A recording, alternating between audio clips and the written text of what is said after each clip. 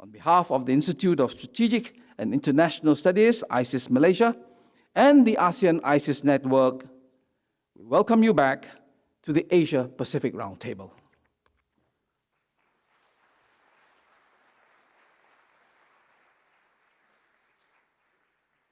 Assalamualaikum warahmatullahi wabarakatuh dan salam sejahtera Saudara Datuk Haji Muhammad Hassan, Menteri Luar dan Perdana Menteri, Saudara Faiz Abdullah, Pengurusi ISIS, Jose Rizal Damuri, rakan-rakan yang saya muliakan untuk menyatakan penghargaan kepada ISIS dan kehadiran saudara dalam satu sidang yang sangat relevan dalam konteks ketidaktentuan dunia sekarang, dan saya percaya sidang dan wacana segar yang berlaku dalam sidang-sidang seperti ini akan membantu bukan sahaja Malaysia dalam merangka kebijakan baru, tetapi juga rakan-rakan di peringkat antarabangsa, khususnya ASEAN, untuk merenung berdasarkan pemikiran rakan-rakan yang punyai kekuatan melihat isu tidak terlalu terikat dengan kepentingan-kepentingan tempatan dan negara masing-masing. Excellencies, ladies and gentlemen, I'm delighted to be here. The theme is interregnum. I hope it is not purgatorio. Interregnum can be purgatorio, but we can achieve paradiso, but we should leave the inferno. So I look forward to, of course, engaging with you and probably grasp some of your key ideas, more positive, more hopeful, other than dealing with the series of crises that we observe in the world. I'm not a pessimist. Therefore, I choose to discuss and deliberate on issues, on policies that's more hopeful. There's too much good news that we should share, and those with the propensity to exert influence, give positive ideas, should exert themselves forcibly and not be dragged by the forces, hypocritical forces, or inconsistent in their views that continue to condemn our societies, particularly in the issues of war, climate problems, migration in these post-normal times. I referred to, for example, areas of progress and cooperation, which is crucial, particularly in the emerging economies and developing world. Trade, investment, emerging technologies are now, unfortunately again, increasingly weaponized by the competing world powers. For major and small powers alike today, we are confronted with a strategic landscape compounded with greater complexities and an even more treacherous geopolitical terrain to navigate. The geostrategic horizon ahead is overcast with ominous signs of foreboding, foreshadowing the critical risks, hazards, and potential catastrophes in our path that we ignore only at our peril. Last year, when I addressed the APR on this very stage, I spoke about how geopolitical and geostrategic developments have overshadowed some regional mechanisms and multilateral frameworks. Today, a mere 10 months late, is it 10 months? I hope your calculation is right. Now, 10 months later, I'm doubling down on my doubts and misgivings about the world's faith in these mechanisms and the international system. This is a system which was designed in the post-war era to ensure peace and stability, one that held much promise in the rhetoric but proven to be a dismal failure in the delivery. For instance, instead of peace and stability around the world, more people are dying on battlefields, being forced from their homes, or in need of life-saving aid than in recent memory. Despite our efforts and various international mechanisms, the pursuit of peace is failing. Indeed, it seems to be no longer about maintaining peace, but about preventing the worst. Now, distinguished delegates, the preponderance of containment strategies and the shaping of alliances motivated by competing visions are redrawing the contours of our regional order. It is cultivating an attitude of utter abandonment of values of inclusivity, empathy, and compassion, compounding the likelihood of entirely eclipsing the already disrupted peace and prosperity, not just in the Asia-Pacific, but for our global society. Constant discussions and speculation on choosing sides is not only counterproductive, but will only add to the brewing cauldron of mistrust and suspicion. Of late, Malaysia has been perceived as tilting to one side in a so-called strategic pivot from the other side. This is not only an oversimplification, but a gross misperception of national interests and character. The truth is, Malaysia was, is, and will be on the side of Malaysia. We are fiercely independent. That is to say, we refuse to be defined by how major powers see the world, and Malaysia will continue to strive for our national and strategic interests on our own terms. Malaysia stands for peace and progress, fellow feeling, and above all, abiding adherence to international law and cooperation. In this vein, Malaysia maintains a strong and fruitful relationship with both China and the United States. At the same time, Malaysia will continue to pursue productive and meaningful relations with our other partners, whether they be our long-standing strategic and comprehensive strategic partners or friends in the global south. Malaysia has a proud history of being part of the non-aligned movement during the Cold War.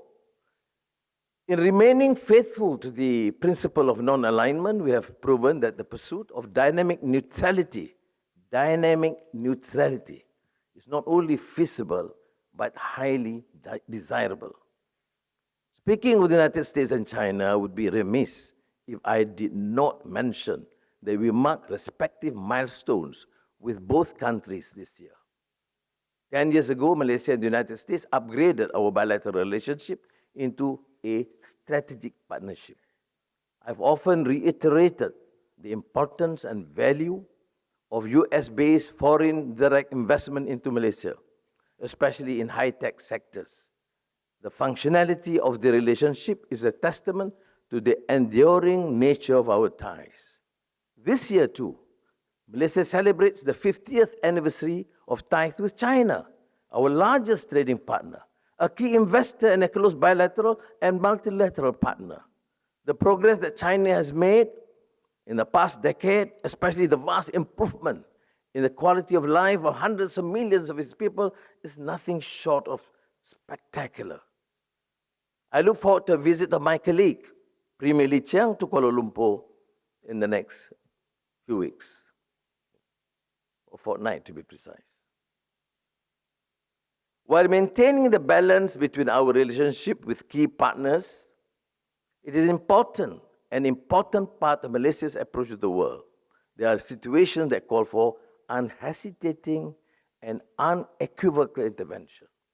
I'm speaking here of war crimes, of flagrant atrocities committed in the killing fields under the pretext of self-defense or settler colonialism, which is nothing short of a systematic campaign of genocide to displace an entire population of indigenous population.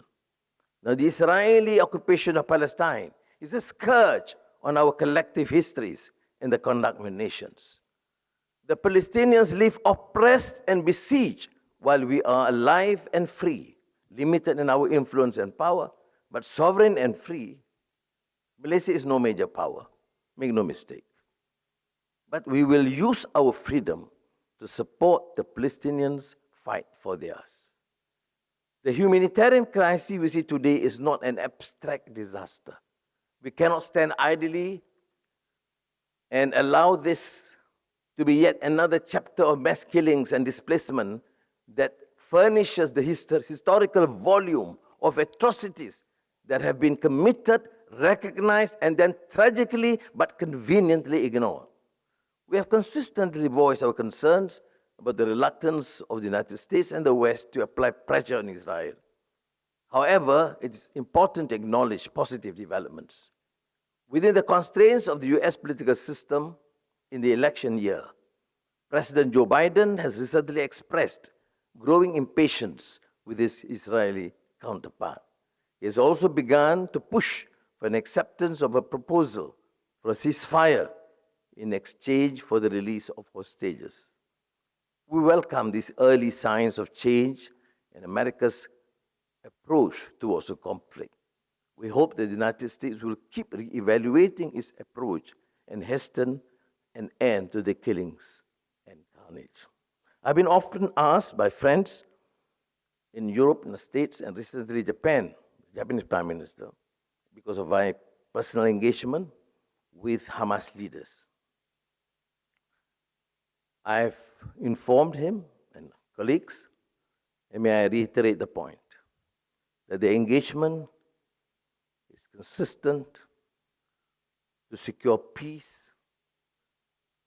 to suggest that they accept the initiative by the Arab League and colleagues, the OIC and the international community.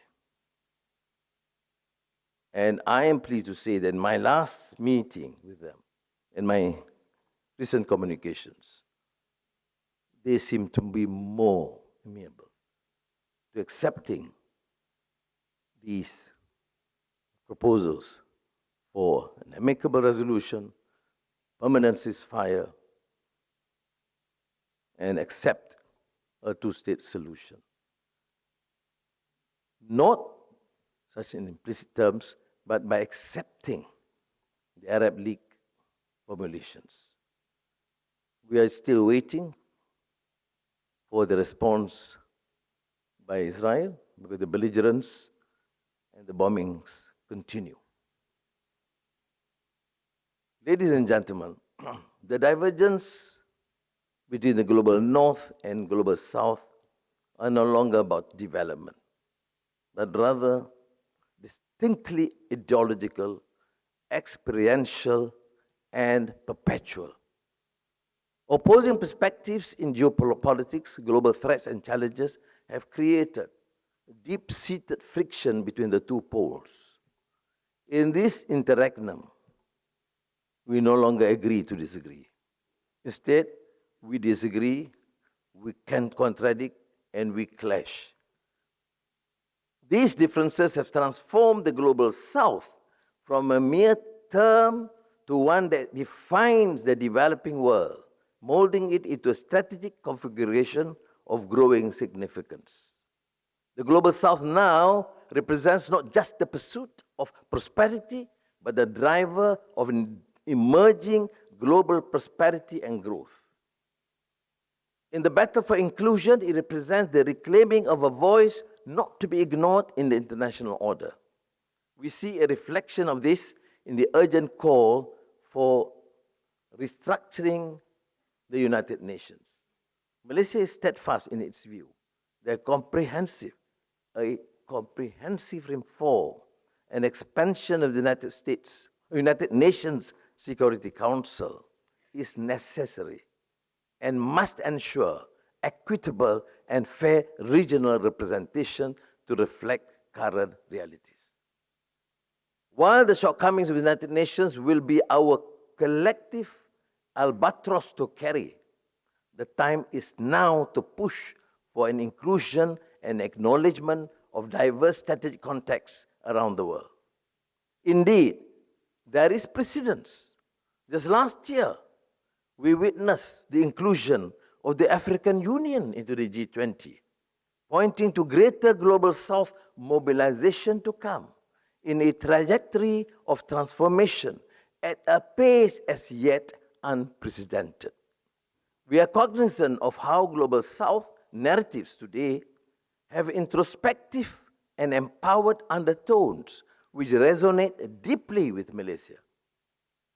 Now, ladies and gentlemen, 9 years into our community, ASEAN is in a position of strength to embrace the future with confidence and vigor. In the political realm, ASEAN has served the region well, being the primary forum for dialogue, diffusing disputes between countries, and ensuring regional stability. At the same time, as the region's default convening hub for diplomacy, ASEAN has become an indispensable part of adjusting to regional institutional fluxes. In the economic realm, ASEAN has emerged as a dynamic and rapidly evolving economic hub, resilient in the face of daunting challenges. Favorable demographics, industrialization, and urbanization trends, and technological advances, and now with energy transition, digital transformation, we will increasingly see ASEAN as an economic powerhouse by 2040. In these times of great uncertainty, it is imperative to redouble our efforts within ASEAN towards strengthening ASEAN to be the key platform for managing regional affairs. We need to move from mere rhetoric to concrete action and focus on seeking ways to deliver on its aspirations. It must start with addressing the underutilization of ASEAN's mechanisms. ASEAN Regional Forum, the ASEAN Plus meetings, and the East Asia Summit, which has been celebrated for its convening power in the past, but now appear to plod along by fact of existence.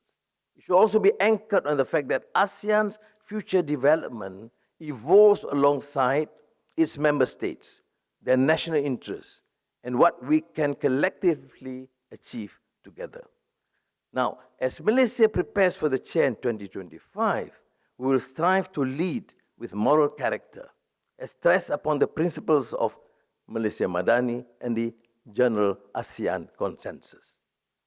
This entails a civil and inclusive approach that celebrates interconnectivity.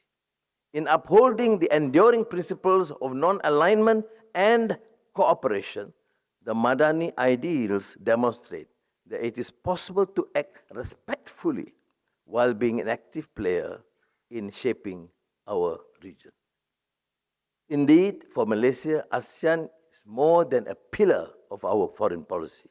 It's also a force multiplier, a valuable asset to exercise our agency.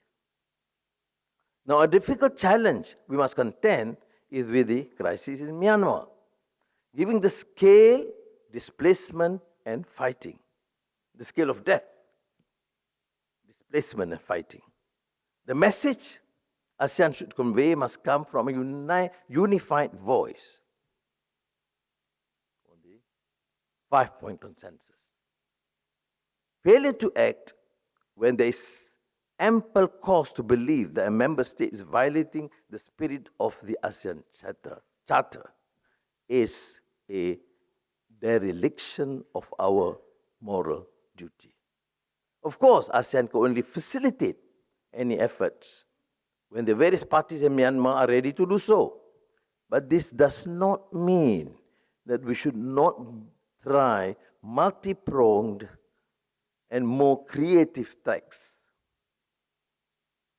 And under President Jokowi's initiative last year, we even gave this understanding that member states with somewhat better relations and opportunity to engage should continue to engage and establish a trio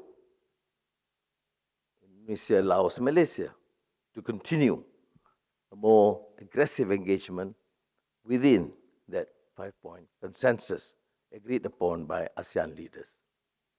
Among the various stakeholders in Myanmar, there are the nascent beginnings of a long and difficult conversations of what the future of their country will look like. This includes the possibility of a federation-like system. While it is not our place to decide what is best for the people of Myanmar, it is incumbent on us, friends and neighbors, to help facilitate what and where we can. As a friend and brother Southeast Asian nation of Myanmar, it is in this spirit which I reiterate that Malaysia consistently calls for an end to an ongoing violence, an end to the history of political marginalization against all the peoples of Myanmar, and the adherence to the 5-point consensus which was jointly reached in Jakarta in 2021. We will work with other ASEAN member states and dialogue partners who have influence on Myanmar to push for peace, more effective humanitarian mechanisms, and the eventual political engagement of all relevant stakeholders in that country. Distinguished ladies, delegates, ladies and gentlemen, the challenges we are confronted with are indeed formidable and wouldn't be easy to overcome. And I wouldn't dial back on the apprehension of the dire consequences should we choose to ignore the writing on the wall. Yet the challenges are not insurmountable. Inasmuch it is crucial to remind ourselves that Southeast Asia and the Asia Pacific is a region that remains resilient despite it all. Our realism as we approach these challenges and prospective solutions should not be steeped in pessimism. As a collective, we have the opportunity and, more importantly, the responsibility to seek solutions that can mitigate the risk of conflict while guiding us to a prosperous, sustainable, and just future. The discussions that you have had and will have in this Asia-Pacific Roundtable can be part of these efforts. Terima kasih. Thank you.